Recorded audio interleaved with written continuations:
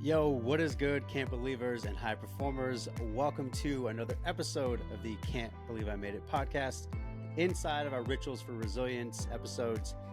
I'm your podcast host and performance dietitian, Desi Abeda.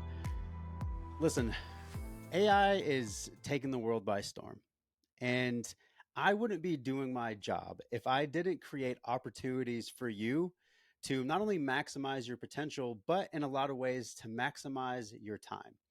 For a lot of us who are looking to engage in that athletic endeavor, looking to train, looking to be the best version of ourselves and our ideas, our business, our families, the things that we love most, who else doesn't want more time? And I feel like this is one tool that I've personally not only been using just in my personal life, but I've also been using with clients, and I'm seeing some really, really interesting results. And to be honest, I'm super excited about it. Because if you think about it, imagine shaving off an entire second from your sprint time or recovering 30% faster from a grueling workout, all without changing your actual physical routine. It probably sounds like a bunch of bullcrap and magic, right? It's really not with artificial intelligence. And so, in today's episode, with our Rituals for Resilience Friday episodes, if you will, over the next 4 weeks, we're going to be diving into how you can utilize AI not only just for your performance, but obviously your mental performance, addressing the ways in which you think and how you feel and how you can begin to process what's going on in your life, but also how to sleep better, how to train better, and really in a lot of ways how just to become a more productive and, I guess, time bound individual. So today's episode, I think, is super relative, and it's something that I'm seeing across the board, and something that I'm really excited about. As I was thinking about the next 4 weeks, today is really going to be about, let's teach you about AI. Let's teach you about the artificial intelligence model and how you can utilize it just from the mere standpoint of how to use it, how to create a prompt, and initiating some questions and some thought starters in your life and probably among some of the social circles that you have. I'm gonna be able to share my screen. So if you are not following our YouTube channel, make sure that you do, because you'll be able to see a bit more of a general overview of how I'm going about this. But it's an exciting time because when I first really started my business, and at the same time I was working in professional sports, it was amazing to me that a lot of the professional sports RDs and other performance specialists and other people inside of medical teams, it was amazing to me all the things that they were doing. They were the first ones to be addressing sleep hygiene. They were the first ones to be addressing not only just your mental health, but also your mental performance, helping you to develop that grit. And then obviously they all employ strength and conditioning coaches, and they all employ dietitians. So you can see where I'm kind of getting here, right? It's right in line with a lot of our principles: how you eat, how you train, how you sleep, and then how you think and how you feel. All of these professional teams were already utilizing that. So when I first started my business and really the idea for this podcast, I was like, you know what? Not everyone's going to have the opportunity to be professional athletes. However, a lot of them are going to be athletes in themselves. A lot of them are going to be going towards a profession that they really, really enjoy and something that they're really passionate about. So why not teach them the tools and tactics, which is why I started this whole podcast in the first place. But what's interesting about where we are with artificial intelligence now, I just came across this study that I think is incredibly consistent with my thought process behind, let's give you the jewels, the habits and the rituals of high performing individuals, and allow you to see if this is something that works for your life. So I was looking back in certain studies, and I was like, you know what? I found something back in 2019, which is extremely interesting, because right now, if you're someone who is utilizing AI, and for all intents and purposes, we're going to stay with the basics. We're really just going to address ChatGPT. I'm sure you've heard that before. If you have no idea what I'm talking about, pause right now and go down your YouTube hole to understand it, okay? Because we only have 15 minutes to get this out, and I want to make sure that I'm really succinct and I provide value for you and all those things, because as your podcast host, I can talk for days. Anywho, so what's really interesting is that right now most models only can recall information back to a certain point. And what I think is really interesting about that, and what's interesting about this study, so they did a study back in 2019. And so this is inside of sports medicine. And what they found is that there were 58 studies that show AI techniques have been applied to 12 different team sports, with prevalent use in soccer, basketball, handball, and volleyball, suggesting a promising future of AI. What I think is really interesting about this is they're using artificial intelligence to gain data to further their use of preventing injuries. One of my favorite things I used to tell, and I still tell a lot of my athletes, is hey, your best ability is your availability. So if you're not on your field of play, and this can be just either literal or metaphorical, if you're not out competing, then you're really not a whole lot, you're not a massive amount of value to your team or to your environment. And so we do need to make sure that not only are we are being intentional about how we prepare, we're being intentional about how we compete, but even more so, we're being intentional about how we recover. And I think what's really interesting, and I'll make sure that I put the link in the show notes so that you can take a look. I think what's really interesting is that back in 2019, they were already starting to utilize AI. And if you think about it now, I can tell you very confidently that teams and different types of tools are already pushing out different artificial intelligence styles of add-ins. And I'm going to address this a little bit more because it actually got me really excited. I've already, I sing the praises of Headspace. And so Headspace just released a feature, a beta feature rather, where it's like, hey, what are your thoughts on having an AI mental health journaling prompt? And so for me, I kind of went through the survey, and I'll discuss this a little bit more as we kind of queue up what the next couple episodes are going to look like as we dive in. But I thought it was really interesting because for me, one of the things that I am finding just in my season of life and in my season as a coach, as a mentor, and really just as an individual is that I want to be able to help a massive amount of people, but I only really have so much time. So the business part of me wants to be thinking about how can I scale not only my coaching and my connection, but how can I scale my time and my effort? And I think with AI and this resurgence of AI, it's a really interesting time to not only be a coach, but also in your case, to be someone who can be like, you know what? Can I utilize AI for performance? I don't know because there's obviously going to be some limitations and I want to discuss what that's going to look like. So I'm going to go ahead and again, over the next 4 weeks, we're going to go ahead and dive into a little bit more, but I just want to show you the basics. So I'm going to go ahead and share my screen. So if you're not a part of our YouTube channel, make sure that you go there. We'll put it in the show notes so that you can kind of see what I'm going after here. But let's take a look.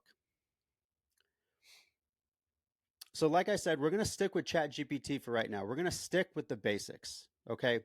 So what we have here inside of ChatGPT is kind of the very low level of how to operate with this is, and this is what I tell a lot of the athletes and high performers that I work with. And it's kind of a joke because most of them are parents. The way that you want to talk to AI in order to get what you want, you kind of have to do it in a way where you're describing how to do something to a 6 or 7 year old. And so, for anyone who has no idea what I'm talking about, one of the beautiful things about young children is that their minds are going a million miles a minute or a million miles, yeah, a million miles a minute. I mean, really, in a lot of ways, just like ours, right?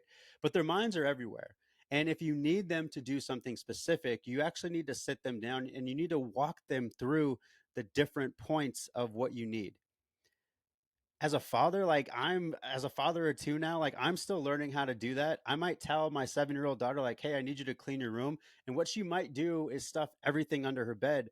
But what my opportunity is to make sure that I sit her down and let her know, hey, these are the things that I need you to help me with your room. This is why this is important. So as you get to this certain milestone or you get to this certain point where you fix your bed, why don't you come back to me and let's check in with where you're at and let's have a further discussion. AI and the way that you write your prompts is very, very similar. So as I share my screen here, what I wanted to do just at a very base level, it's going to set the stage for what we're going to be doing over the next couple weeks, is to help you to write out a prompt to explore whether AI might be something that you can utilize for your individual performance in life, in business, or in your athletic endeavor. So what I wrote here that you'll see is acting as a dietitian specializing in performance. Again, this is you talking to your 6 or 7 year old, like, this is why I'm having you do this. I'd like your help creating a diet plan for a client. What sort of information do you need in order to help me with a meal plan, a grocery list, calories, and other habits so that I can achieve my goal or help them achieve their goal? Let me go ahead and change that so that I can help them achieve their goal. right? Because what is likely going to spit back is really step work or a playbook of how to help it to its best ability. It's also probably going to prompt you and let you know that there are some limitations, which we'll discuss the limitations a little bit down the line. But again, let's see what it says. So it starts to write it out. It lets us know, certainly, I'd be happy to help you. In order to provide a well informed diet plan, there are several pieces of information that would be useful to know about the client. This is important because it's providing you with an opportunity to give it what it needs in order for you to get what you need, right? So general information, it's going to want to know the age, it's going to want to know the gender, height and weight, activity level, and occupation. These are all really definitive things because as a dietitian, as you come in my into my Zoom room or in my virtual programs, these are questions that I'm already asking you as you onboard. Hey, I need to know your age, I need to know your lifestyle factors, I need to know what your goals are, I need to know what your anthropometrics are, your height and weight, right? I also need to know just on a day-to-day basis like what your activity level is. Other things that I'm going to be asking you in your onboarding is also your health and medical information, right? Do you have any current medical conditions? Do you have any allergies? Are you on any medications? Do you have any nutritional deficiencies that you know about? As it goes down, it's going to ask you, hey, what are your goals and preferences regarding your dietary goals? Is it weight loss? Is it to gain muscle? Is it maintenance? Do you have any sort of dietary restrictions? What about food preferences? Do you have a budget in mind? See, these are all things that a dietitian does in your onboarding when you come into their doors. In your first conversation, a great coach is already going to have this because it's part of their onboarding process. Anytime that someone onboards into my programs, we have all of this information because it's going to help me to start conversations. And this is the way that I want you to be thinking about AI is an opportunity for you to create conversations for yourself so that you can answer them for yourself. And as it goes in, it's going to help and it's going to ask you for performance metrics, different targets that you want to get. There's a lot when it comes to this. And I'm going to go ahead and stop here because this is going to initiate what we're going to be doing over the next couple weeks. But what's really interesting about this is whether or not you're at a certain level where you can be coached, there's a massive opportunity for you to gain some clarity and to have some conversations.